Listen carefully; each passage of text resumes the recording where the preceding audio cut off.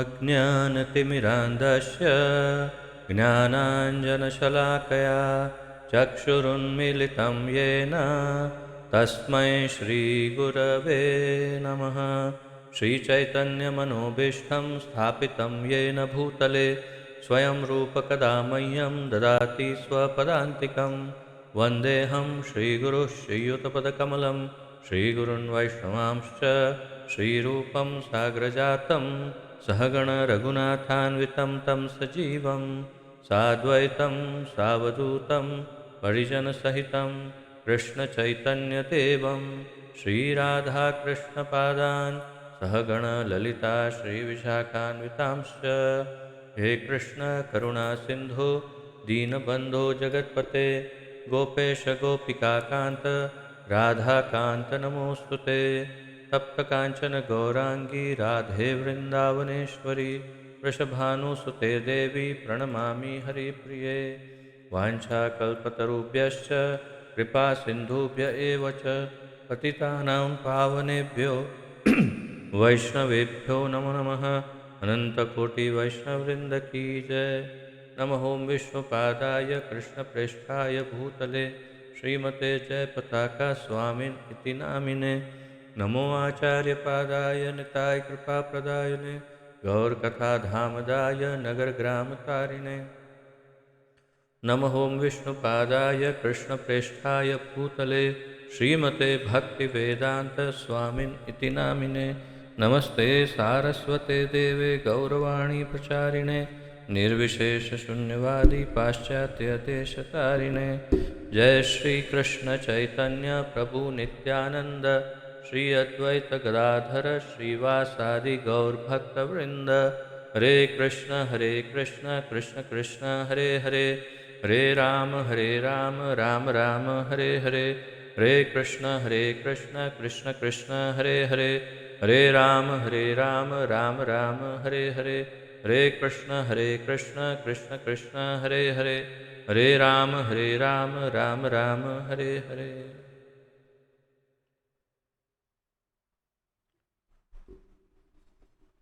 आप सबका बहुत बहुत बहुत बहुत बहुत स्वागत है आज के इस दिव्य कार्यक्रम में, जिसके अंतर्गत हम श्रीमद् भगवद गीता यथारूप का सम्मिलित अध्ययन कर रहे हैं, जिसका आलेखन हमारे इस्कॉन के संस्थापक आचार्य श्री श्रीमद् अभय चरणारविंद भक्तिवेदांत स्वामी श्रील प्रभुपाद जी ने किया है।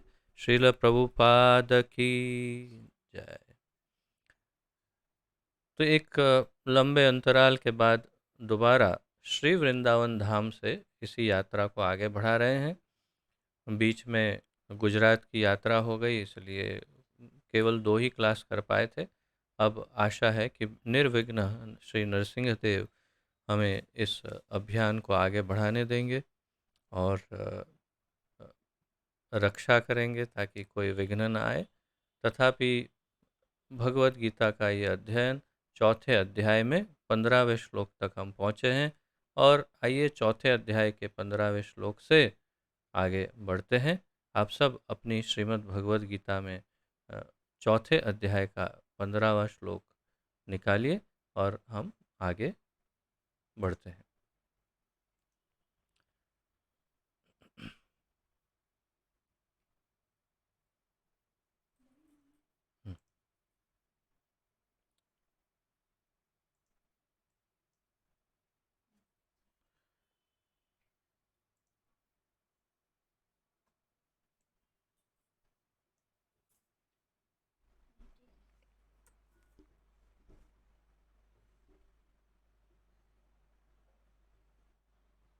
एवं ज्ञात्वा कृतं कर्म पूर्वैरपि मुमुक्षुभिः कुरु कर्मैव तस्मात् त्वं पूर्वैः पूर्वतरं कृतम्।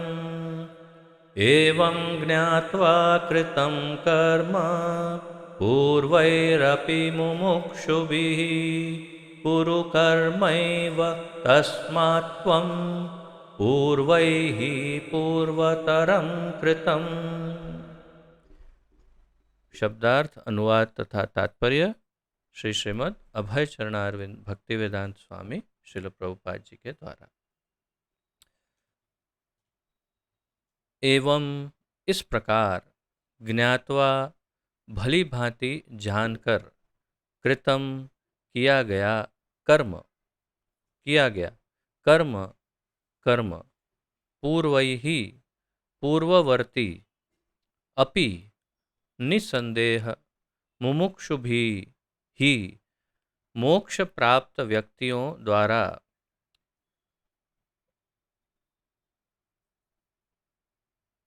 कुरु करो कर्म स्वधर्म या नियत कार्य एव निश्चय ही तस्मात् अतएव त्वं तुम पूर्वैः पूर्ववर्तियों द्वारा पूर्वतरम प्राचीन काल में कृतम संपन्न किया गया। अनुवाद।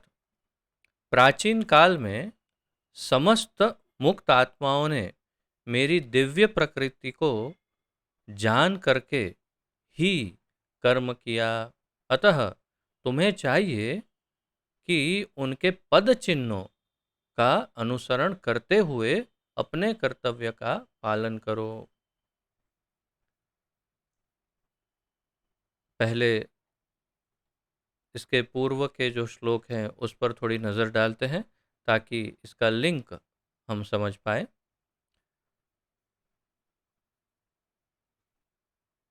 भगवान 13वें श्लोक में कहते हैं चातुर्वर्ण्यम मया शिष्टम गुण कर्म विभागशः। तो 4 वर्णों की रचना भगवान कहते हैं, अनुवाद पढ़ते हैं, प्रकृति के तीनों गुणों और उनसे संबद्ध कर्म के अनुसार मेरे द्वारा मानव समाज के 4 विभाग रचे गए हैं। यद्यपि मैं इस व्यवस्था का सृष्टा हूँ, किंतु तुम यह जान लो कि मैं इतने पर भी अव्यय अकर्ता हूँ। अर्थात भगवान 4 वर्णाश्रम के, हमने बड़े विस्तार से चर्चा हम कर चुके हैं, वर्णाश्रम की चर्चा करते हुए भगवान यहाँ पर ये स्पष्ट कर रहे हैं कि 4 वर्ण जो है उसकी रचना भगवान ने स्वयं की है। और फिर वे अपने विषय में भी कहते हैं कि वे स्वयं जो है वे इसमें फंसते नहीं या वे अकर्ता है।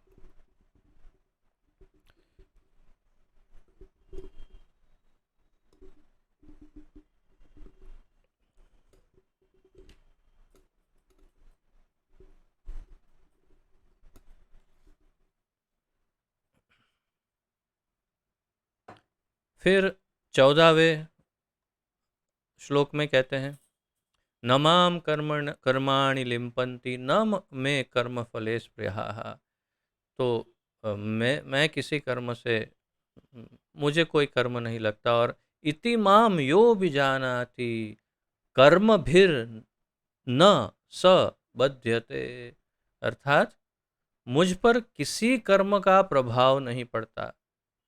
तो ये साथ साथ में समझना आवश्यक है कि भगवान में और एक जीव, विशेष रूप से बद्ध जीव में क्या अंतर है।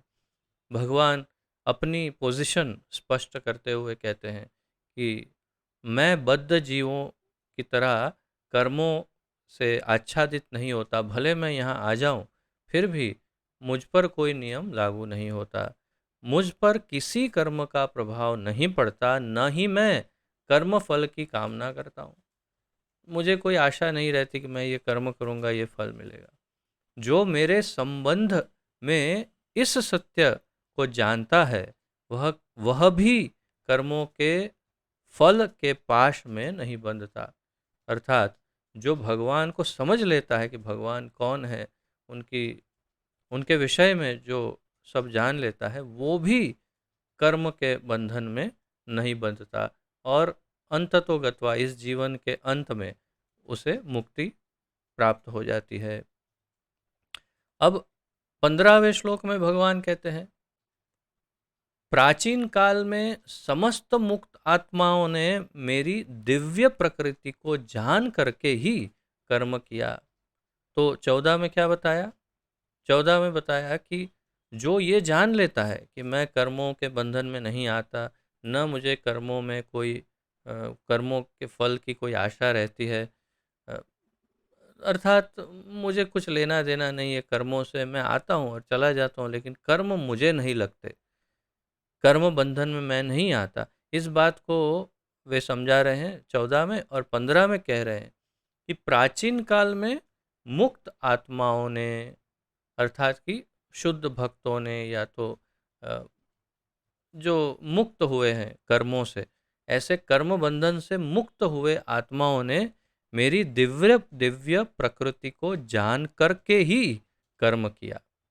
तो ये बात अगर हम कनेक्टिविटी देखें पिछले श्लोक से, तो ये देखिए कि पिछले श्लोक में कहा कि जो मेरे मेरे बारे में इतना जान लेता है कि मैं कर्मों में नहीं बंधता, वो स्वयं भी कर्म के बंधन में नहीं आता, मुक्त हो जाता है।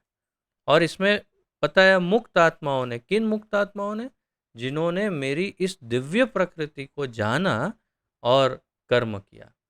तो जिसने भगवान की दिव्य प्रकृति को जाना और कर्म किया, उसका क्या होगा? स्वाभाविक है, हमने 14 में देखा कि वो स्वयं भी कर्म बंधन में नहीं आएगा। जब कर्म बंधन में नहीं आएगा तो कैसा होगा? वो मुक्त हो जाएगा और उसे मुक्त आत्मा कहा जाएगा। तो प्राचीन काल में समस्त मुक्त आत्माओं ने मेरी दिव्य प्रकृति को जान करके ही कर्म किया। तो यहाँ स्पष्ट हो गया कि अ, भगवान बता रहे हैं कि प्राचीन काल में जो मुक्त आत्मा थे, वो इसीलिए मुक्त हुए क्योंकि उन्होंने जान लिया था कि मैं, मेरे विषय में जो स्पष्ट जान लेता है, वो स्वयं मुक्त हो जाता है। अतः तुम्हें चाहिए कि उनके पद चिन्हों का अनुसरण करते हुए अपने कर्तव्य का पालन करो। इसलिए तुमको क्या करना होगा? तुमको अब उनके पद चिन्हों का अनुसरण करके कर्तव्य का पालन करना। तो उनके पद चिन्ह क्या है? वो कौन से रास्ते से चले? उन्होंने भगवान की प्रकृति को समझ लिया कि भगवान किसी कर्म बंधन में नहीं आते, भगवान इत्यादि। तो भगवान के विषय में उन्होंने जान लिया और भगवान के वास्तव में भक्त बन गए वो। तो अर्जुन को भी एक एक रूप में यही इंगित कर रहे हैं भगवान कि तुम मेरे भक्त बन जाओ और उन भक्तों का अनुसरण करो। महाजना महाजनः येन गतः स पंथा। तो महाजनः येन गतः स पंथा, अर्थात महाजन जिस रास्ते पर चले उस रास्ते पर हमें चलना चाहिए। भागवत में कहा गया, अन्य शास्त्रों में भी कहा गया है कि महाजन अर्थात भगवान के भक्त जो करते हैं, जिस तरह से आगे बढ़ते हैं जीवन में, उनके जैसा जीवन हमें जीना चाहिए, तो ही हम मुक्त हो सकते हैं, अन्यथा मुक्त होने का कोई चांस नहीं है। तो महाजनः येन गतः स पंथा। और यहाँ पर भगवान भी अर्जुन को यही कहते हैं कि उन्होंने जो किया, मुक्त आत्माओं ने अर्थात महाजनों ने, तो या फिर भगवान के भक्तों ने, भगवत भक्तों ने, तुम भी वैसा ही करो, उन्हीं के पद चिन्हों का अनुसरण करते हुए कर्तव्य का पालन करो, भगवान ने कहा। तो अब आइए प्रभुपाद जी का तात्पर्य समझते हैं और उसमें से जो विशिष्ट भाव उत्पन्न हो रहा है वो प्रभुपाद जी हमें समझाएंगे। मनुष्यों की दो श्रेणियां हैं, दो प्रकार के मनुष्य प्रभुपाद जी यहाँ बता रहे हैं। दो श्रेणियां हैं मनुष्यों की। कुछ के मनों में दूषित विचार भरे रहते हैं और कुछ भौतिक दृष्टि से स्वतंत्र होते हैं। कृष्ण भावनामृत इन दोनों श्रेणियों के व्यक्तियों के लिए समान रूप से लाभप्रद है। तो कुछ लोग सोच सकते हैं कि अभी प्रभुपाद जी कहेंगे कि दो प्रकार के लोग हैं, एक दूषित मन वाले हैं, एक अच्छे लोग हैं। तो अच्छे लोग सब भगवान के भक्त बन सकते हैं, बाकी सब रिजेक्ट हो जाएंगे। ऐसा कुछ नहीं कहा प्रभुपाद जी ने। प्रभुपाद जी कह रहे हैं कि open for all, open for all अर्थात सबके लिए खुला है। क्या? कृष्ण भावनामृत का दरवाज़ा, अर्थात कृष्ण के भक्त बनने के लिए, कृष्ण भक्ति में लगने के लिए पापी से पापी या अच्छे से अच्छा व्यक्ति कोई भी भक्त बन सकता है। उसका उदाहरण क्या है? दीनहीन यत्ताचिलो हरि नामे उद्धारिलो तार साक्षी जगाई मधाई। दीनहीन या पापी तापी यत्ताचिलो हरि नामे उद्धारिलो तार साक्षी जगाई मधाई। भगवान श्री चैतन्य महाप्रभु ने कृष्ण भक्ति में किसको जोड़ा? जो दीन, जो बहुत ही दुखी हैं, तकलीफ में है, कष्ट में है, परेशान है, जो सहायता की जिनको ज़रूरत है, ऐसे निस्सहाय लोग, पतित लोग, क्या कहते हैं, दुखी लोगों को, और हीन अर्थात जो अधम है, क्रूर है, पापी है, दुष्ट है, दुराचारी है, आसुरी वृत्ति के हैं, उनको भी, उन दोनों को क्या किया? हरि नामे उद्धारी लो। उनको हरि नाम दिया श्री चैतन्य महाप्रभु ने और उनका उद्धार कर दिया। और उसका साक्षी कौन है? तार साक्षी जगाई मधाई। आप जाके जगाई मधाई को पूछो क्या हुआ भाई, कैसे थे, तो बताया कि उनसे अधिक पापी इस धरती पर और कोई नहीं था। कोई असुर भी उतना पापी नहीं हुआ, ऐसा कहते हैं। इतने पापियों को हरि नाम देकर उद्धार कर दिया महाप्रभु ने। तो फिर बाकी सब का क्या हिसाब है?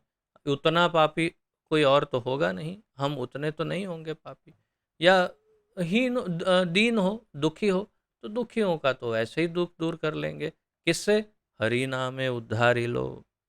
तो कलयुग में हरि नाम दे करके श्री चैतन्य महाप्रभु ने करुणा करके सबका उद्धार कर दिया है। इसलिए हम हमेशा सदैव जपते हैं हरे कृष्ण कृष्ण कृष्ण हरे हरे, हरे राम राम राम हरे हरे।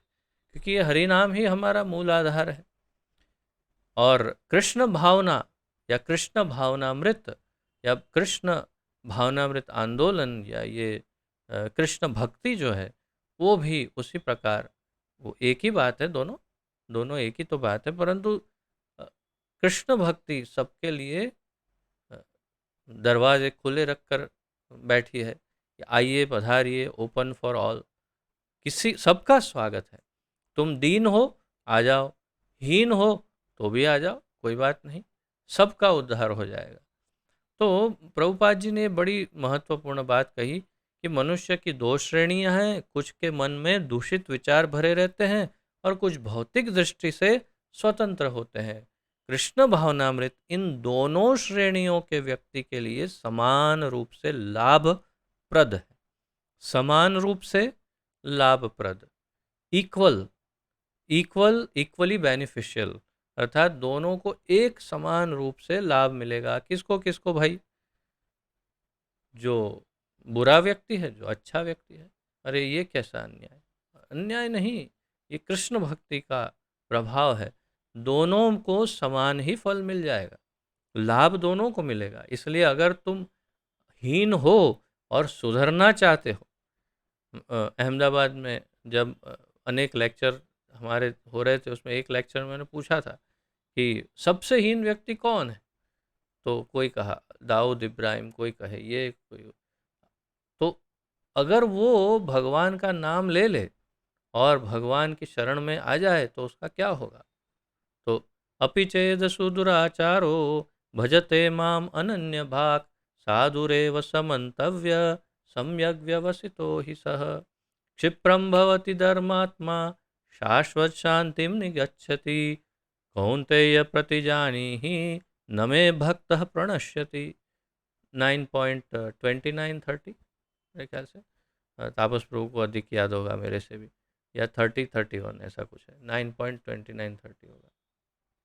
9वें अध्याय के इन दोनों श्लोकों में भगवान कहते हैं कि अपि चेद सुदुराचारो भजते मामन, बहुत अत्यंत सबसे बड़ा दुराचारी दाऊद इब्राहिम का आप एग्जाम्पल ले लो, अगर हम उन्हें वो मानते हैं तो अगर वे भगवान के भक्त बन जाए, भगवान की शरण ग्रहण करे और भगवान का नाम जपे, तो उनका उद्धार हो जाएगा। कैसे? क्षिप्रम भवति धर्मात्मा, चुटकी बजा करके धर्मात्मा बन जाएंगे। शाश्वत शांतिम निगच्छति, उनको शांति मिल जाएगी।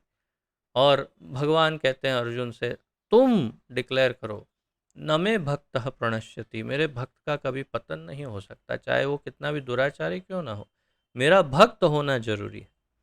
अब इस पर चर्चा हम अधिक चर्चा तब करेंगे जब ये श्लोक की का अध्ययन करेंगे आगे भविष्य में। तो यहाँ पर ये बात जरूरी है कि दोनों ही, कोई भी हो, दीन हो, हीन हो, कोई भी सामान्य व्यक्ति हो, जो भी कृष्ण भावना में आता है समान लाभ प्राप्त करता है। जिनके मनों में दूषित विचार भरे हैं, उन्हें चाहिए कि भक्ति के अनुष्ठानों का पालन करते हुए क्रमिक शुद्धिकरण के लिए कृष्ण भावनामृत को ग्रहण करें। ये किन के लिए है? आप कहेंगे भाई दाऊद इब्राहिम का उद्धार हो जाएगा। अरे दाऊद इब्राहिम का उद्धार तब होगा अगर वो भगवान की शरण ग्रहण करेगा तो। अगर भगवान का नाम उच्चारण प्रेम से करने लग जाएगा तो हो। वो शरण ग्रहण नहीं करेगा तो कुछ नहीं होगा उसका।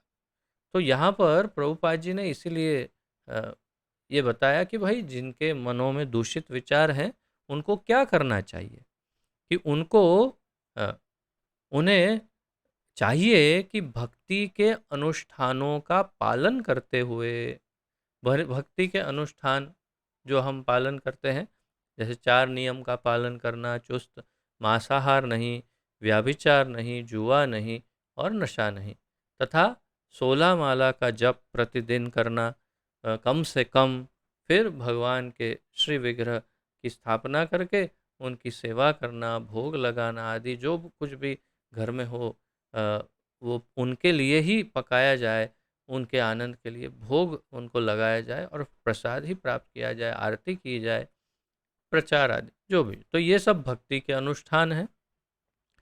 तो भक्ति के उन्हें चाहिए कि भक्ति के अनुष्ठानों का पालन करते हुए क्रमिक शुद्धिकरण के लिए कृष्ण भावनामृत को ग्रहण करें, अर्थात इस्कॉन जैसी संस्था को जुड़ जाए और क्रमिक प्रशिक्षण प्राप्त करे कि धीरे धीरे स्टेप बाय स्टेप कैसे अपने आप को शुद्ध किया जाए, मन के दूषित विचारों से कैसे मुक्त हुआ जाए। जैसे ये सारे वीडियो हम अंततोगत्वा अपने यूट्यूब चैनल पर वगैरह भी अपलोड करते हैं, तो लोग देखते रहते हैं और फिर कई बार प्रश्न पूछते हैं। तो अधिक से अधिक ये प्रश्न मेरे सामने अब तक आए हैं कि अपने दूषित विचारों से मुक्त कैसे हुआ जाए। हमारा मन बहुत दूषित है, बहुत घृणित विचार आते हैं, पाप के विचार, या तो फिर बहुत कामनाएं या वासनाएं इत्यादि। तो ये सब से कैसे मुक्त हुआ जाए, प्रभुपाद जी उसका उत्तर यहाँ दे रहे हैं कि उनको चाहिए कि भक्ति के अनुष्ठानों, अर्थात जैसे इस्कॉन में हम पालन करते हैं 4 नियम, 16 माला जप, भगवान की सेवा, भक्तों की सेवा, भगवत गीता भागवत का पठन पाठन और प्रचार, कीर्तन में नृत्य आदि।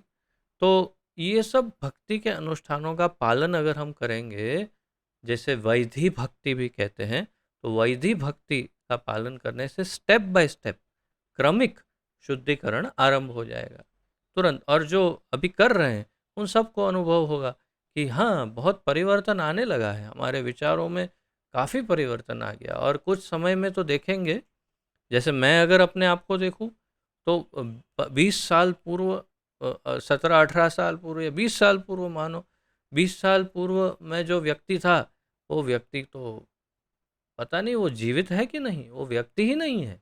पूरा का पूरा व्यक्तित्व ही बदल गया है, संपूर्ण रूप से परिवर्तन। तो ये कब संभव है? जब कृष्ण भावनामृत में स्टेप बाय स्टेप आगे बढ़ते हैं उनके अनुष्ठानों का पालन करते हैं। तो प्रभुपाद जी ने बहुत अच्छा यहाँ पर मार्गदर्शन दिया है। और जिनके मन पहले ही से अशुद्धियों से स्वच्छ हो चुके हैं, वे उसी कृष्ण भावनामृत में अग्रसर होते रहें, जिससे अन्य लोग उनके आदर्श कार्यों का अनुसरण कर सकें और लाभ उठा सकें। तो पहले तो उनकी बात कर ली कि जो नए जुड़ रहे हैं या तो फिर जिनके मन दूषित हैं, उनको भक्ति अनुष्ठानों का पालन करना चाहिए। और जो जुड़ चुके हैं और जिनके मन शुद्ध हो चुके हैं, जिनके मनों में कोई दूषण नहीं है, दूषित विचार नहीं, कामनाएं वासनाएं अब नहीं है मन में, हृदय में, अंतःकरण शुद्ध हो चुका है, उनको क्या करना चाहिए? उनको फिर सब छोड़ के बैठ जाना चाहिए ना, हो गया ना, सफाई हो गई, अब क्या काम है? बिल्कुल नहीं। उनको यही कार्य, यही अ, कृष्ण भावनामृत की जो सारी विधियां हैं, उनको वैसे ही आगे बढ़ाते रहना चाहिए, उसको पकड़ के रखना चाहिए, जारी रखना चाहिए। जैसे हमारे कोई एक कमरा है जो काफ़ी समय से, 1 महीने से मान लो बंद है, उसके अंदर बहुत सारी धूल जम गई।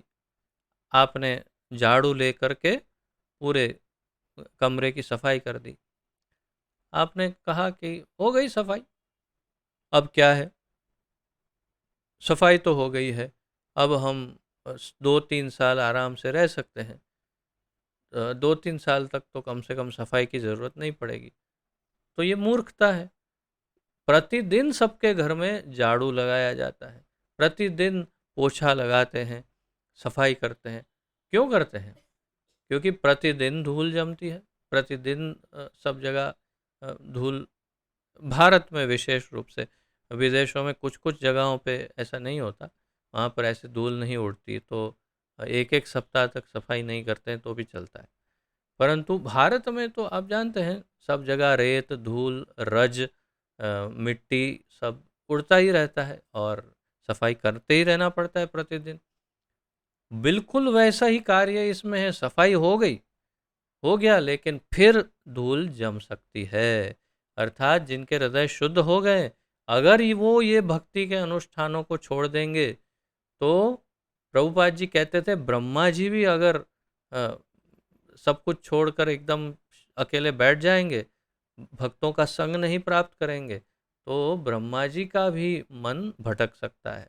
अर्थात कोई भी हो, कहने का तात्पर्य है कोई भी हो, कितना भी शुद्ध क्यों ना हो, यदि वो भक्ति के अनुष्ठानों को छोड़ दे, भक्ति के अनुष्ठानों में एक मुख्य अंग है भक्तों का संग। अगर भक्तों का संग प्राप्त करना छोड़ दे, नाम जप छोड़ दे, 4 नियम छोड़ दे, और बाकी क्या रहा, भगवान की सेवा छोड़ दे, तो फिर अपने आप ही जहाँ था वहाँ या तो फिर उससे भी नीचे चला जा सकता है। इसीलिए यहाँ प्रभुपाद जी ने स्पष्ट रूप से कहा, और जिनके मन पहले ही ऐसी अशुद्धियों से स्वच्छ हो चुके हैं, उसे कृष्ण भावनामृत में अग्रसर होते रहना चाहिए।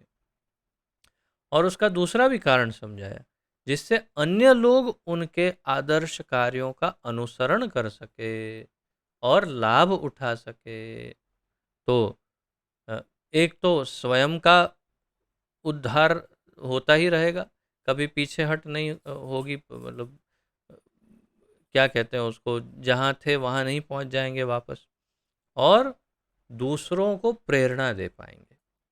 दूसरे नए जो जुड़ रहे हैं, जो मलिन विचार वाले, अशुद्ध विचार वाले जुड़ रहे हैं, प्रयास कर रहे हैं, उनको प्रेरणा मिलेगी कि देखो ये कितने अद्भुत, इनका देखो परिवर्तन देखो। और फिर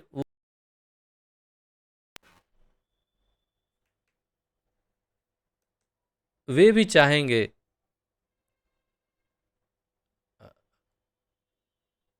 हरे कृष्णा, हरे कृष्णा।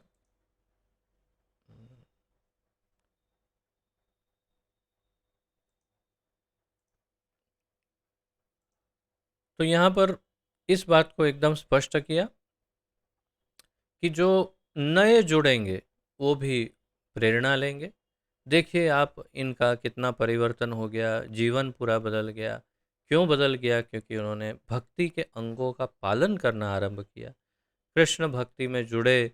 उन्होंने 4 नियम का पालन आरंभ किया, मांसाहार, प्याज, लहसुन सब कुछ त्याग कर दिया, चाय, कॉफ़ी, बीड़ी, सिगरेट आदि, मदिरा आदि सब छोड़ दिया, जुआ नहीं खेलते, व्यभिचार कभी कभी नहीं करते, बहुत ही सज्जन व्यक्ति हो गए और हमेशा भगवान के नाम का जप करते रहते हैं, कीर्तन करते हैं, प्रचार करते हैं, भागवत, भगवत गीता आदि शास्त्रों का अध्ययन करते हैं।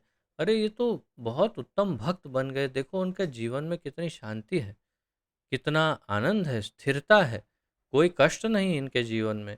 तो हमें भी उनसे प्रेरणा लेनी चाहिए कि अगर हम उनकी तरह जीवन जीना आरंभ करेंगे तो हो सकता है हमारे जीवन में भी कष्ट चले जाएंगे, तो ये प्रेरणा का स्रोत बन जाएंगे। इसीलिए सबको इसको हमेशा पकड़ के रखना चाहिए। आगे बताते हैं,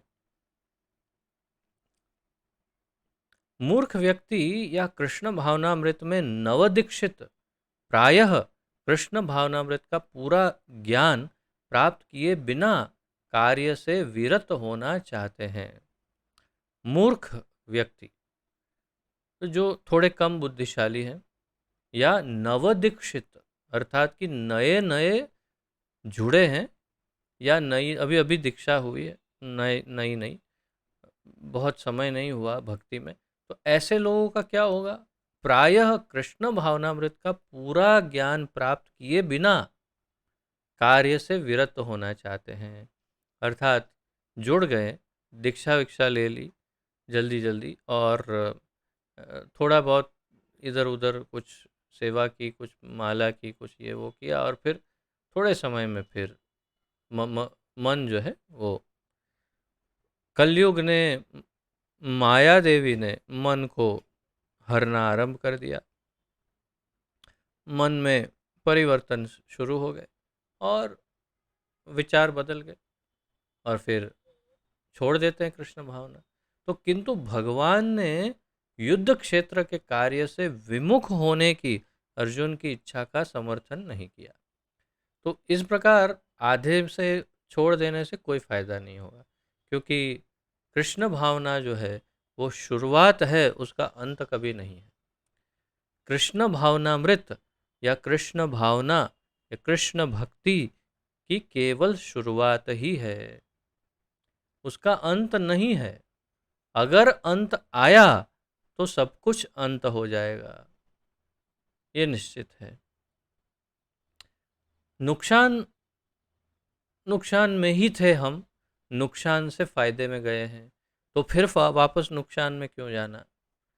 कृष्ण भावना में ऐसा नहीं कि आपने लिया और फिर आधे रास्ते छोड़ दिया तो अपशकुन हो जाएगा, प्रकोप हो जाएगा, जीवन एकदम दुखी दुखी हो जाए, ऐसे नहीं।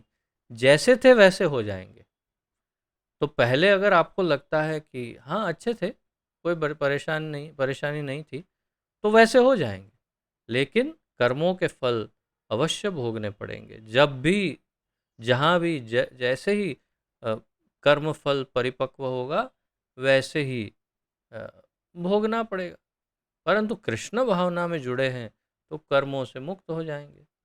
अभी अभी तो हमने देखा कि जो भगवान को समझ लेते हैं कि वो उनको कोई कर्म नहीं लगता, वो भी कर्म बंधन से मुक्त हो जाते, तो वो मुक्त हो सकते हैं। परंतु यदि जो कृष्ण भावना को पकड़ के रखते हैं उनको अच्छा ही अच्छा है, फायदा ही फायदा है।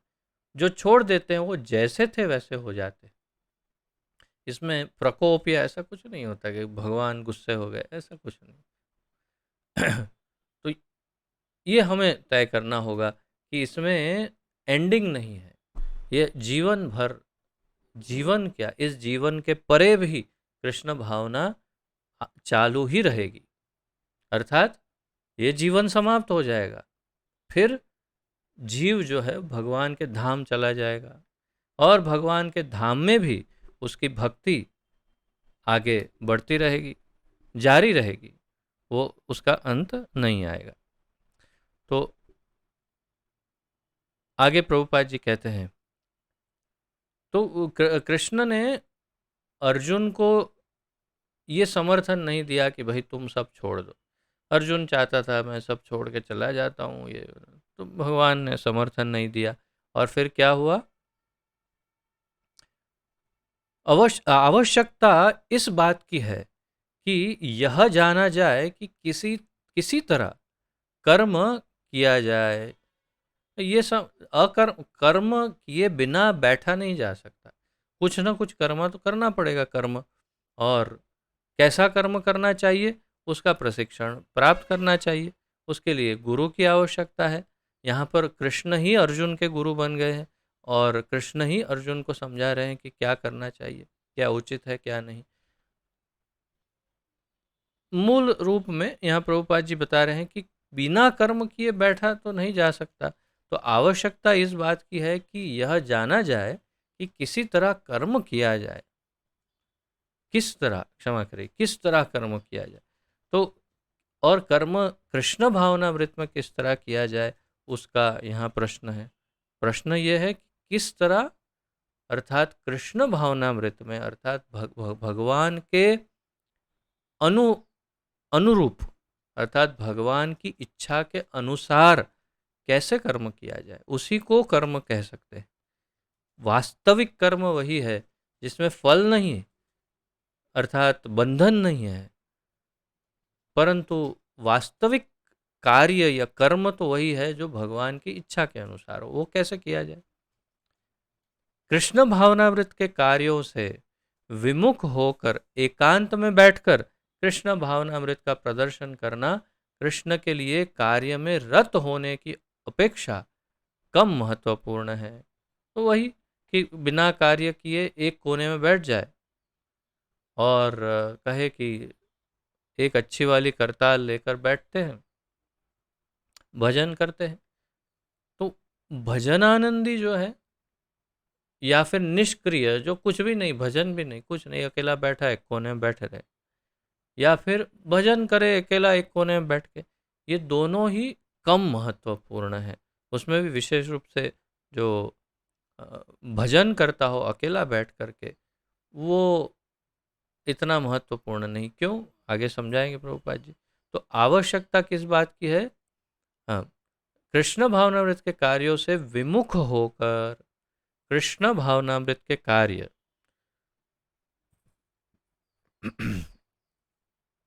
कृष्ण भावनामृत में क्या कार्य हो सकते हैं? कृष्ण को जो कुछ भी पसंद है, भगवान का जो प्रिय है, भगवान को जो अच्छा लगता है, भगवान की जैसी इच्छा है, वैसा कार्य कृष्ण भावनामृत का कार्य है। तो उससे विमुख होकर एकांत में बैठकर कृष्ण भावनामृत का प्रदर्शन करना कृष्ण के लिए कार्य करने में रत होने की अपेक्षा कम महत्वपूर्ण है। अब और स्पष्ट समझते हैं। एक है भगवान की इच्छा के अनुसार कार्य करना, और एक है भगवान की भक्ति का एक प्रकार से दिखावा, या तो फिर उनका भजन करते हुए एक कोने में बैठे रहना। तो दोनों की अपेक्षा, दोनों की तुलना में जो भगवान के लिए कार्य है, भगवान के अनुसार कार्य करना, वो कहीं अधिक महत्वपूर्ण है।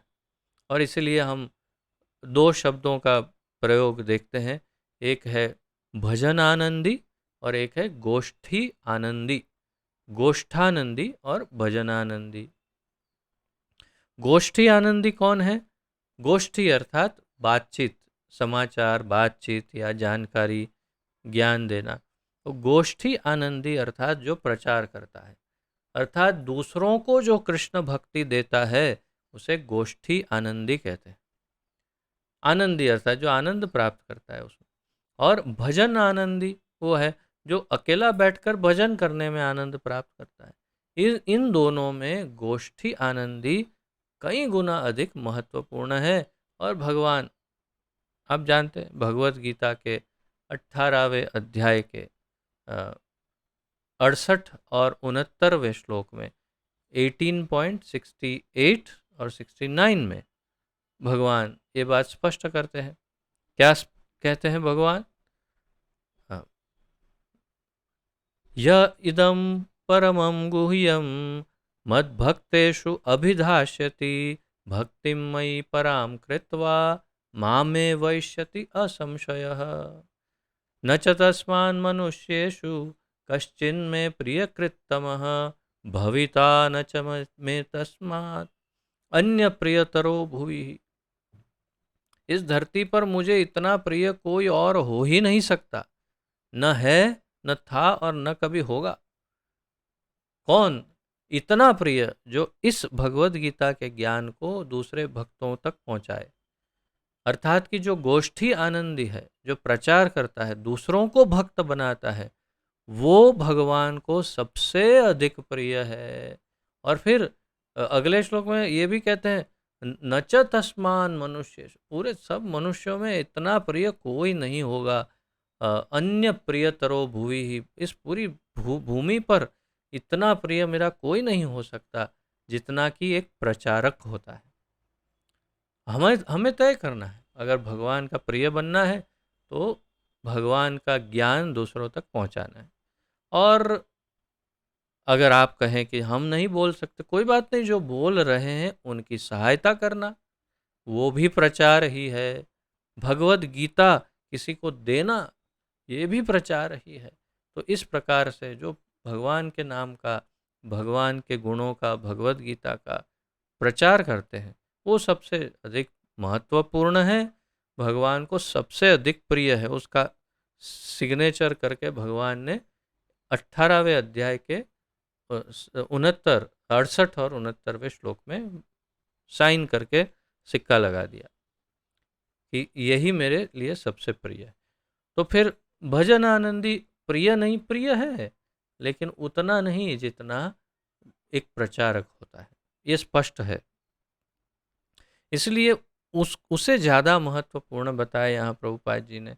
और फिर आगे कहते हैं, यहाँ पर अर्जुन को सलाह दी जा रही है कि वह भगवान के अन्य पूर्व शिष्यों यथा सूर्यदेव, विवस्वान जो है, उनके पद चिन्हों का अनुसरण करते हुए कृष्ण भावनामृत में कार्य करे। तो भगवान के की इच्छा अनुसार कार्य करना, वो ज़्यादा भगवान को प्रिय है। एकदम सामान्य बुद्धि की बात है कि नहीं। कोई व्यक्ति कहता है, मुझे आइसक्रीम बहुत पसंद है, मुझे केक पसंद है, लेकिन केक उतनी पसंद नहीं है जितनी जितना आइसक्रीम पसंद है। आप उसको बोलो, नहीं आप केक खाइए, मैं आपके लिए 5 किलो केक लेके आया हूँ, वो खा लेंगे। लेकिन उनको ज़्यादा पसंद क्या था, आइसक्रीम, आप क्या लाए, केक। सामान्य बुद्धि की बात है, वो जो बोल रहा है वो अगर आप सुनेंगे नहीं तो फिर, और फिर दूसरा व्यक्ति थोड़ा सा आइसक्रीम लेके आता है, वो कहेगा हाँ केक हटाओ, लाओ आइसक्रीम लाओ, का आइसक्रीम खाऊंगा। वैसा ही है, बहुत सरल उदाहरण दिया कि वैसे ही भगवान को जो पसंद है वही करने से भगवान प्रसन्न होते हैं अधिक। और यहाँ पर प्रभुपाद जी इस बात की स्पष्टता करते हैं। भगवान ने अर्जुन को कहा, भाई तुम उठो और युद्ध करो, मेरी प्रसन्नता के लिए युद्ध करो, मेरी प्रसन्नता के लिए। और अर्जुन को वही करना चाहिए। तो और फिर यहाँ पर यह भी कहा प्रभुपाद जी ने कि उसे सलाह दी भगवान ने कि मेरे जो पहले मुक्त हुए जो जीव हैं, जो मेरे भक्त थे, उनका अनुसरण करो। कैसे? जैसे सूर्यदेव। हमने देखा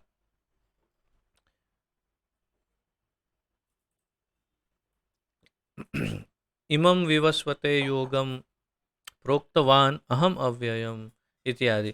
तो विवस्वान सूर्यदेव को प्रभुपाद जी ने, क्षमा करें, भगवान ने पूर्व काल में ये ज्ञान दिया।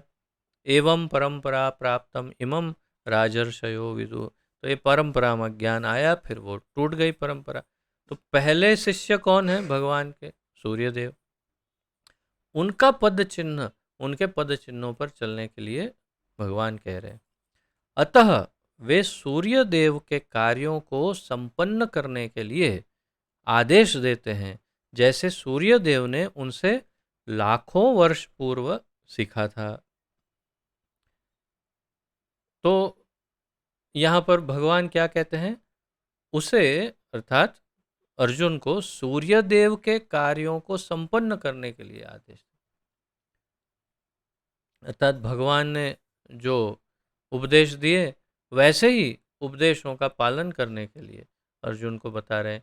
यहाँ पर भगवान कृष्ण के ऐसे सारे शिष्यों का उल्लेख पूर्ववर्ती मुक्त पुरुषों के रूप में हुआ है। भगवान ने अपने शिष्यों का मुक्त आत्माओं के रूप में उनका वर्णन किया, कहा कि ये सब मुक्त आत्मा थे। क्यों मुक्त आत्मा थे? क्योंकि वो मेरे भक्त थे और जानते थे कि मैं किसी कर्म के बंधन में नहीं आता इत्यादि। उस लिस्ट में कौन कौन है? सूर्यदेव, फिर इक्ष्वाकु, फिर इत्यादि, जो जो भी वो पूरी लाइन परंपरा में आई हो। तो यहाँ पर कृष्ण ने ऐसे सारे शिष्यों के का उल्लेख पूर्ववर्ती मुक्त पुरुष के रूप में किया है। भगवान ने कहा ना कि वो पूर्व काल में कई मुक्त लोग इस तरह से मेरा अनुसरण करते थे और तुम उनका अनुसरण करो। जो कृष्ण द्वारा नियत कर्मों को संपन्न करने में लगे हुए थे।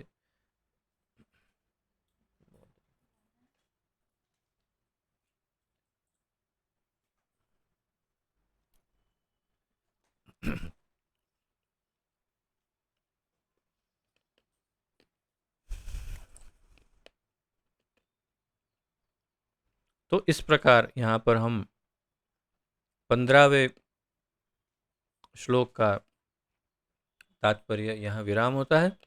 अब 16वां श्लोक देखते हैं।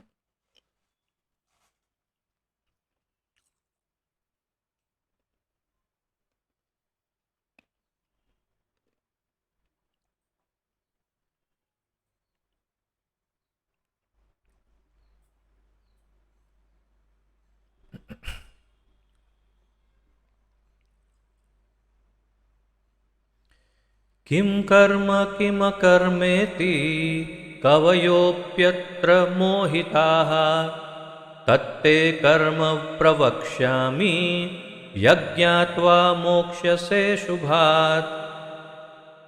किं कर्म किम अकर्मेति कवयो अप्यत्र मोहिताः तत्ते कर्म प्रवक्ष्यामि यज्ञात्वा मोक्ष्यसे शुभात् अशुभात्। किम क्या है, कर्म कर्म, किम क्या है, अकर्म अकर्म, निष्क्रियता, इति इस प्रकार, कवयः बुद्धिमान, अपि भी, अत्र इस विषय में, मोहिताः मोहग्रस्त रहते हैं, तत् वह, ते तुमको, कर्म कर्म, प्रवक्ष्यामि कहूँगा, यत जिसे, ज्ञात्वा जानकर, मोक्ष से तुम्हारा उद्धार होगा, अशुभात अकल्याण से या अशुभ से। अनुवाद, कर्म क्या है और अकर्म क्या है, इसे निश्चित करने में बुद्धिमान व्यक्ति भी मोहग्रस्त हो जाते हैं। अतएव मैं तुमको बताऊंगा कि कर्म क्या है, जिसे जानकर तुम सारे अशुभ से मुक्त हो सकोगे। तो अब यहाँ विशेष शब्द कर्म और अकर्म है। इसके बाद वाले श्लोक में एक और शब्द इसमें जुड़ जाएगा, कर्म, अकर्म और विकर्म। और इसी का पूरा जो इसी की व्याख्या कई श्लोकों में भगवान करते रहेंगे और प्रभुपाद जी तात्पर्यों में समझाते रहेंगे, कर्म, अकर्म और विकर्म। तो यहाँ पर क्या कहा, कर्म क्या है और अकर्म क्या है। विकर्म की बात यहाँ नहीं की, फिर कहा इसे निश्चित करने में बुद्धिमान व्यक्ति भी मोहग्रस्त हो जाते हैं। महत्वपूर्ण पॉइंट क्या है इस श्लोक में कि बुद्धिमान व्यक्ति, जिसे हम बुद्धिमान हम समझते हैं या वो अपने आप को समझते हैं, बुद्धिमान व्यक्ति भी मोहग्रस्त हो जाते हैं, अर्थात कि भ्रमित हो जाते हैं। किसमें? कर्म क्या है और अकर्म क्या है। अतएव मैं तुमको बताऊंगा। भगवान अर्जुन को कह रहे हैं तुम्हें मोहग्रस्त होने की, कंफ्यूज होने की आवश्यकता नहीं है। मैं स्वयं तुमको बताऊंगा कि कर्म क्या है, जिसे जानकर तुम सारे अशुभ से मुक्त हो सकोगे। इसका क्या तात्पर्य है? यदि हम ठीक से नहीं समझ पाए, देखिए आप सब ध्यान से सुनिए। क्यों आपको ध्यान से सुनने के लिए कह रहा हूं? हमारे जीवन में ये बहुत बड़ा प्रॉब्लम होता आया है अब तक। ऐसा मान लो, सबसे बड़ा प्रॉब्लम यह है कि हम ये नहीं समझ पाते कि क्या करना चाहिए, क्या नहीं करना चाहिए। करने जैसा क्या है, क्या छोड़ने जैसा है, वही नहीं समझ सकते हम। उसी में कलयुग में तो इतने उलझे हुए, लगभग सभी नहीं करने वाली ही चीज कर रहे। 99% ऐसा ही किया जा रहा है भौतिक जगत में। इस आधुनिक भौतिक जगत में जो नहीं करना हो वही किया जा रहा है और बढ़ता जा रहा है। वो कलयुग का प्रभाव है। ये भी भगवान की रचना का भाग है, परंतु भक्तों के लिए ये जानना जरूरी है कि क्या करना चाहिए, क्या नहीं करना चाहिए, कर्म क्या है, अकर्म क्या है।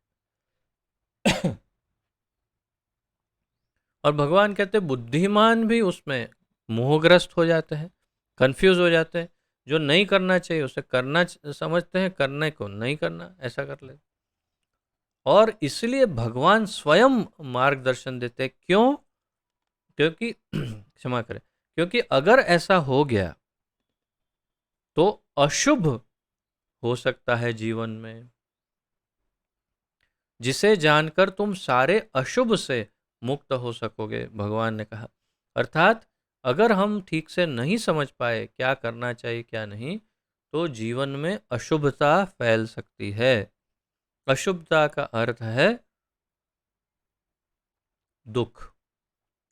जहाँ शुभ है वहाँ सुख और शांति है, जहाँ अशुभ है वहाँ पर दुख, दारिद्र्यता यानी गरीबी और रोग, कृपणता, दर्द, तकलीफें, कष्ट, क्लेश, परेशानियां, बीमारियां, ये सब वहाँ पर हो सकता है। तो इसीलिए हमें क्या करना चाहिए? यदि हम वास्तव में बुद्धिमान हैं तो जो भगवान कह रहे हैं वैसे करना चाहिए। तात्पर्य, कृष्ण भावनामृत में जो कर्म किया जाए वह पूर्ववर्ती प्रामाणिक भक्तों के आदर्श के अनुसार होना चाहिए। प्रभुपाद जी ने तो एक ही वाक्य में एकदम सिंपल कर दिया। बल्कि मैं ये कह दूं कि भगवान के आने वाले जितने श्लोक हैं उन श्लोकों का अध्ययन करने के बाद जो हम समझ पाएंगे वो सब कुछ एक वाक्य में समझा दिया प्रभुपाद जी ने। अर्थात आगे आने वाले कई श्लोकों का सार यहाँ एक ही पहले प्रथम वाक्य में प्रभुपाद जी ने दे दिया। ये सार है, क्या करना क्या नहीं करना, कैसे उसका उत्तर एक वाक्य में दे दिया यदि हम समझ पाए तो। क्या उत्तर दिया? महाजनः येन गतः स पंथ्या। जो जिसमें महाजन चले हैं उसी रास्ते पर चलो भाई। अर्थात कि जिस रास्ते पर भगवान के भक्त चले हैं, जैसा भगवान के शुद्ध भक्तों ने पूर्व काल में किया है, उनके अनुसार अगर हम कार्य करेंगे तो हमारा भी उद्धार हो जाएगा जैसे उनका हो गया। तो कृष्ण तो अर्थात कर्म कृष्ण भावनामृत में जो कर्म किया जाए वह पूर्ववर्ती प्रामाणिक भक्त अर्थात शुद्ध भक्तों के आदर्श के अनुसार होना चाहिए। अर्थात हमें वही करना चाहिए जो शुद्ध भक्त, हमारे आचार्य, हमारे गुरुदेव श्रील प्रभुपाद, उनके गुरुदेव और हमारी परंपरा में जो गुरु परंपरा में है, उन आचार्यों के कहने के अनुसार हमें करना चाहिए। अगर वैसे करेंगे तो वो वास्तविक कर्म होगा और हम अशुभ से बच जाएंगे। दे दिया ना, एक ही पहली लाइन में उत्तर दे दिया। भगवान तो कितना सारा समझाएंगे अर्जुन। इसका निर्देश 15वें श्लोक में किया गया है। 15वें श्लोक में यही बात की थी। पहले भगवान ने भी बता दिया था, यही बता दिया था। क्या कहा था कि भाई तुम उनके रास्ते पर चलो, लेकिन फिर भी यदि समझ में नहीं आ रहा हो तुम्हें, तो फिर भी मैं तुम्हें बता देता हूँ कि कर्म क्या विकर्म क्या, वो सब समझा रहे हैं। लेकिन भगवान ने भी यही कह दिया कि तुम्हें पहले जो मेरे भक्त हैं वैसा तुमको जीवन जीना चाहिए।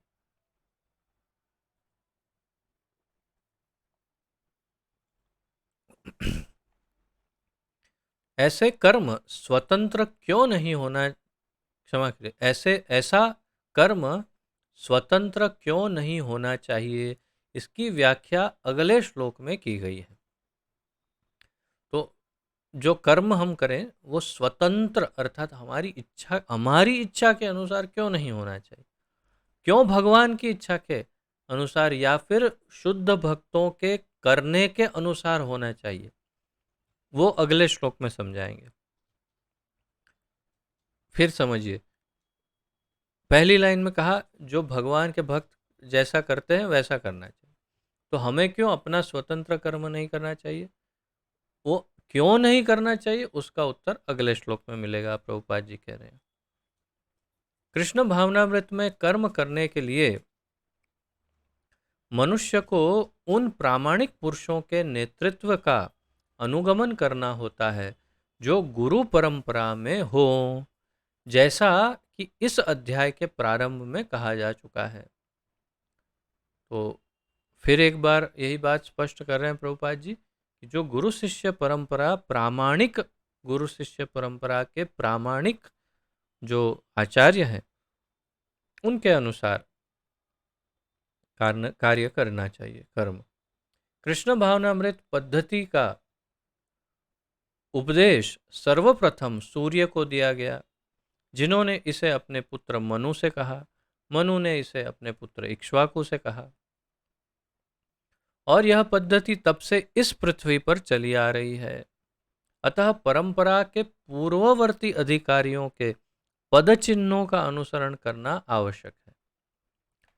इतनी बार रिपीट किया है कि दिमाग के अंदर एकदम ड्रिल होके एकदम स्पष्ट हो जाना चाहिए। प्रभुपाद जी पर जब प्रचार कर रहे थे विदेश में, कुछ माता पिताओं ने कोर्ट केस कर दिया। कुछ बच्चे, जो माता पिता के बच्चे अर्थात प्रभुपाद जी के कुछ शिष्यों के माता पिता ने कोर्ट में केस कर दिया। केस में क्या था, केस में लिखा था कि ये सन्यासी हमारे बच्चों का ब्रेन वॉश करते हैं। कोर्ट में प्रभुपाद जी ने उत्तर दिया, ब्रेन वॉश करता हूं तो ये तो बहुत अच्छा है ना, इसमें गलत क्या है। आपके बच्चों के ब्रेन गंदे किए थे आप लोगों ने, मैं वॉश कर रहा हूँ, धो के दे रहा हूँ, एकदम साफ सुथरा बना के दे रहा हूँ, उसमें क्या गलत किया है, ब्रेन वॉश ही तो कर रहा हूँ, तो इसमें क्या गलत है। प्रभुपाद जी ने उत्तर दिया,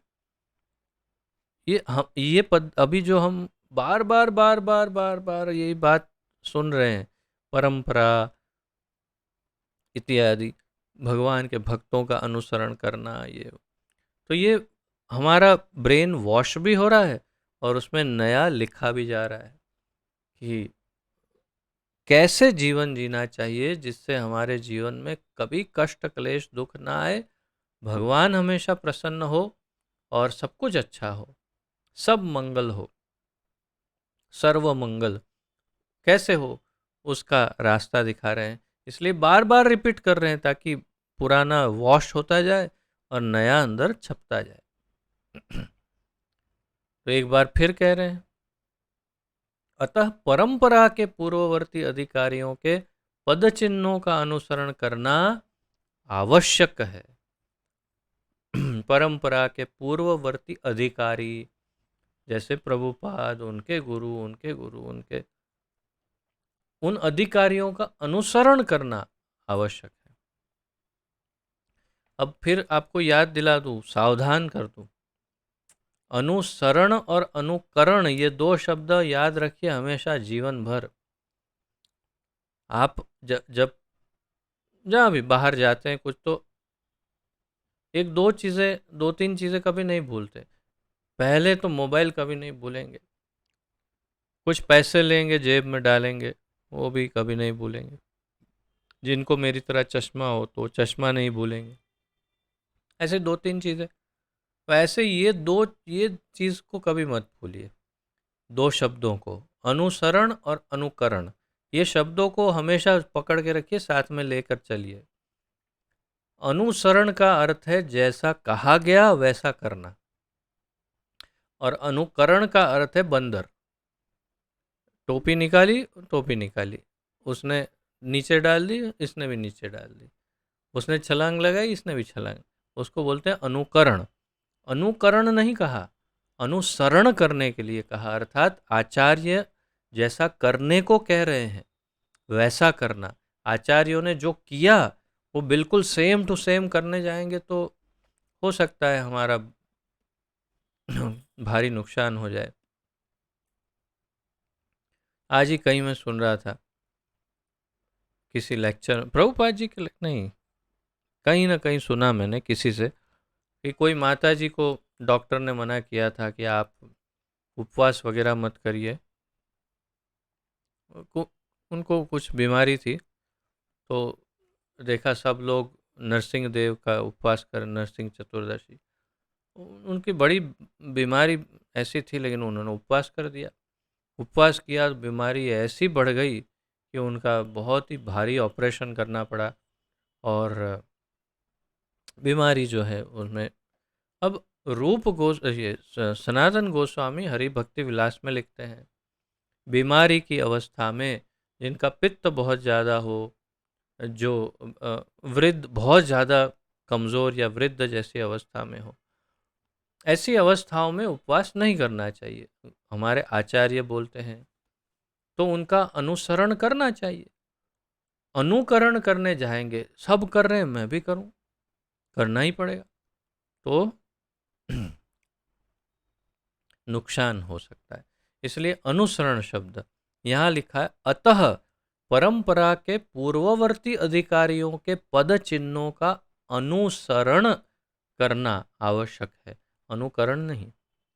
अन्यथा नहीं तो क्या होगा, बोले हो पहले क्या आचार्य का करना चाहिए, तो फिर चलो हाथ में डंडा पकड़ के निकल पड़ते हैं, संन्यास ले लेते हैं, क्यों, उनके जैसा ही करना चाहिए।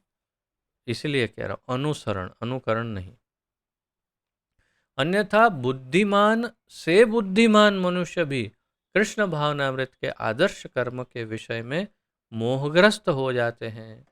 इसलिए भगवान ने स्वयं ही अर्जुन को कृष्ण भावनामृत का उपदेश देने का निश्चय किया। तो फिर कहीं इधर भटके उधर भटके, कुछ सही गलत कुछ सीख के आ जाए अर्जुन, कुछ गड़बड़ हो जाए, उससे अच्छा है भगवान ने सोचा मैं ही गुरु बन जाता हूँ। कृष्णम वंदे जगत गुरुम, जगत के गुरु तो बाद में, पहले अर्जुन के गुरु बनने के लिए तैयार हो गए भगवान।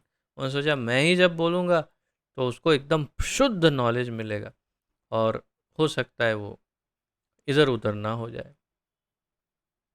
अर्जुन को साक्षात भगवान ने शिक्षा दी, अतः जो भी अर्जुन के पद चिन्हों पर चलेगा वह कभी मोहग्रस्त नहीं होगा। तो हमें किसके पद चिन्हों पर चलना चाहिए? अर्जुन जैसे जितने भी शुद्ध भक्त हैं जो भगवान के अंतरंग भक्त है उनका हमें अनुसरण करना चाहिए। यही हमें रूप गोस्वामी भी भक्ति रसामृत सिंधु में बताते हैं, जिसे कहते हैं रागानुगा भक्ति। राग अनुगा, राग अनुगा भक्ति अर्थात जैसे भगवान के शुद्ध भक्तों ने किया उनका अनुसरण करना, उनका अनुसरण करना उसे राग अनुगा भक्ति, रागानुगा भक्ति कहते हैं, जो हमें करने के लिए कहा गया है, आचार्यों ने कहा। यहाँ प्रभुपाद जी वही कह रहे हैं, अर्जुन का अनुसरण करो। अर्जुन मोहग्रस्त हुआ नहीं, क्या हुआ? अंततोगत्वा विजय हुआ और भगवान प्रसन्न हुए। बस वैसे ही अगर हम अर्जुन जैसा करेंगे, लेकिन ऐसा नहीं कि आप कहें वो मेरा गांडीव कहाँ है, अर्जुन जैसा करना होगा मुझे, मेरा गांडीव लाओ। ऐसा मत करो।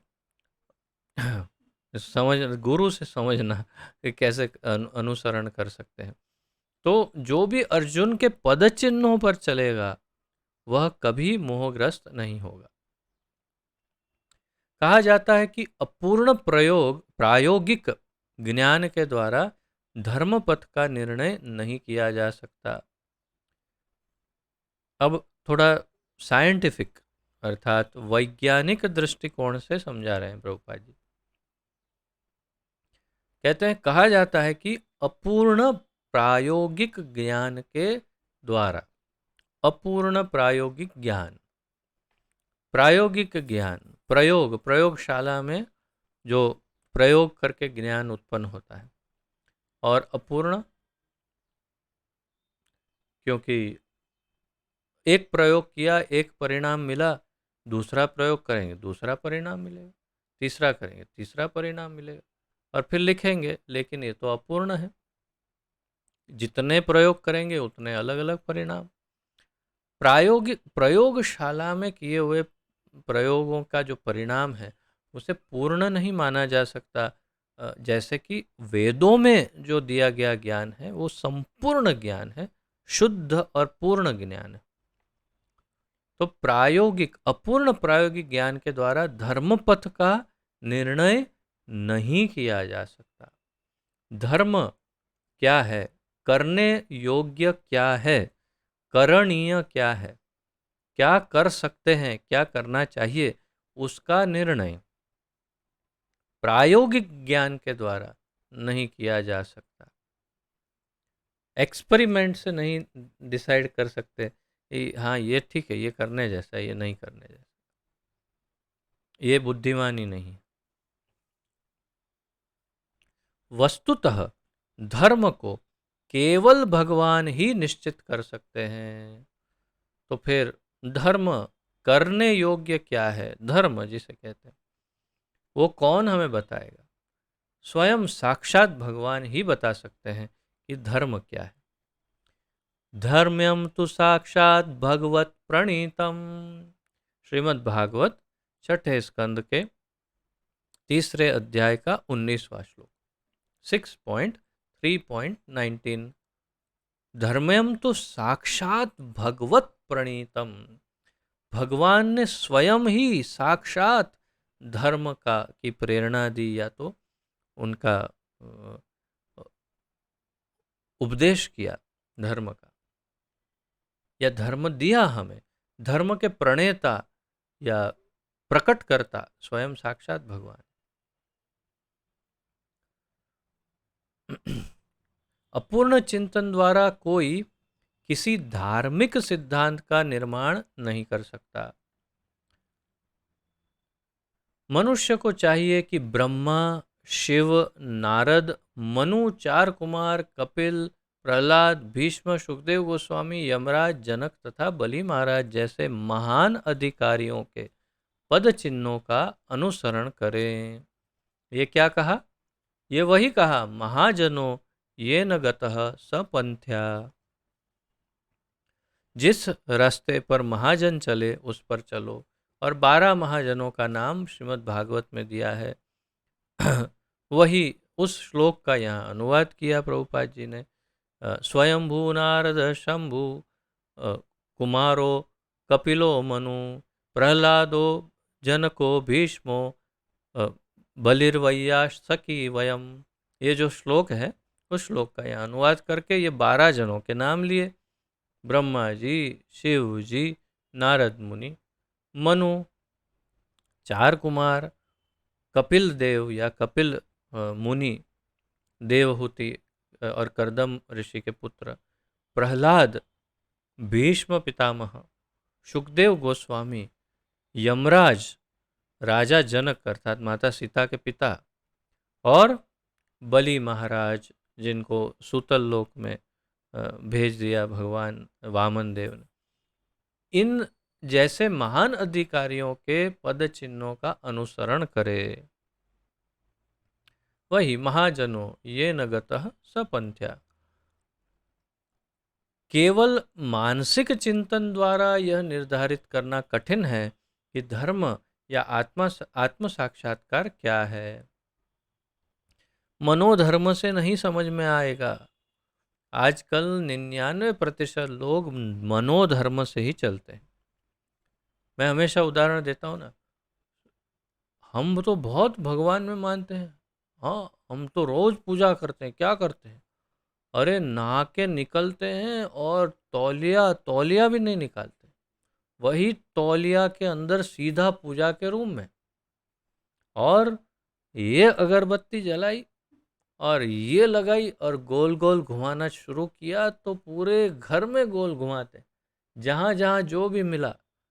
कौन कौन तो जैसे ये बाबा, वो माँ, वो दादा, वो काका, और फिर सामने पत्नी खड़ी है तो पत्नी को भी गोल गोल घुमाया, फिर अरे तू हट, तू बीच बीच में कहाँ आ गई, और गोल घुमाते घुमाते फिर स्टैंड पे ऐसे जाके डाल डाल दिया और कहा वाह पूजा समाप्त हुई। इसे कहते हैं मनोधर्म। और समझते हैं, ऐसा समझते हैं स्वयं, उनके घर वाले भी मानते हैं हमारे तो बहुत पूजा पाठ करते हैं। अच्छा हो, ये मनोधर्म से कुछ भी प्राप्त नहीं होता, कुछ फल, कोई परिणाम नहीं होता। जैसे भगवान भगवत गीता में बताते हैं वैसे ही यह शास्त्र विधिम उत्सृज्य वर्तते काम कारतः, न सिद्धिम न पराम गतिम न स सिद्धिम न वापनोति न सुखम न पराम गति इत्यादि। अर्थात न उसे सुख मिलता है, न सिद्धि मिलती है, न शांति मिलती है, न परम गति मिलती है, वो कुछ नहीं मिलता है। किसको? यह शास्त्र विधिम उत्सृज्य वर्तते काम कारत, अर्थात अपने मनोधर्म से जो शास्त्रों को बाजू पर रखकर जो करता है पूजा पाठ, कोई फायदा नहीं होता है, उससे कुछ परिणाम नहीं। शास्त्र के अनुसार गुरु के निर्देशन में करना चाहिए। केवल मानसिक चिंतन द्वारा यह निर्धारित करना कठिन है कि धर्म या आत्म साक्षात्कार क्या है। अतः भगवान अपने भक्तों पर अहेतु की कृपावश स्वयं ही अर्जुन को बता रहे हैं। भगवान कितने करुणामय हैं, अपने भक्तों से कितना प्रेम करते हैं, उसका ये उदाहरण है। भगवान ने सबको साइड पे रखा, तुम हटो, मैं स्वयं अपने भक्त को बताऊंगा क्या करना चाहिए। और इसलिए कहते हैं कि भक्तों पर अहेतु की कृपावश स्वयं ही अर्जुन को बता रहे हैं कि कर्म क्या है और अकर्म क्या है। केवल कृष्ण भावनामृत में किया गया कर्म ही मनुष्य को भव बंधन से उबार सकता है। इस तात्पर्य का की पहली लाइन और आखिरी लाइन दोनों का महत्व देखिए। आखिरी लाइन में भी सबसे महत्वपूर्ण मैसेज दे दिया, केवल कृष्ण भावनामृत में किया गया कर्म ही मनुष्य को भव बंधन से उबार सकता है, अन्य कोई कर्म कुछ फायदा नहीं देगा। बस 17वां बहुत महत्वपूर्ण है, इसे कंठस्थ भी किया जा सकता है और काफ़ी सरल भी है, वैसे कंठस्थ करना कठिन नहीं, काफ़ी अच्छा है। परंतु इसकी चर्चा अब हम कल करते हैं। आज यहीं पर विराम लेते हैं। यदि किसी का कोई प्रश्न आदि हो, उत्कंठा, सुझाव आदि, तो प्रस्तुत कर सकते हैं। आप सबका स्वागत है। आप अपना वीडियो भी कुछ समय के लिए ऑन कर सकते हैं।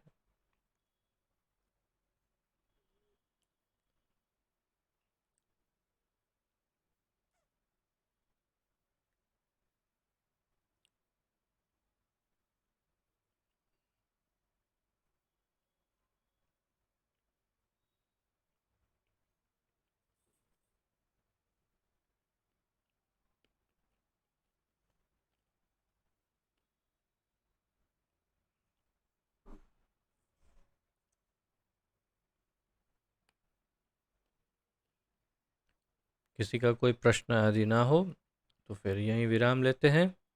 कल फिर 17वें श्लोक से आगे बढ़ेंगे। आइए प्रणति निवेदन करते हैं। पतित पावन जगत गुरु श्रील प्रभुपाद की जय। पतित पावन गुरुदेव की जय। निताय गौर प्रेमानंदे। हरि हरि बोल। आप सबके चरणों में दंडवत प्रणाम। आप सबका बहुत बहुत धन्यवाद। हरे कृष्णा।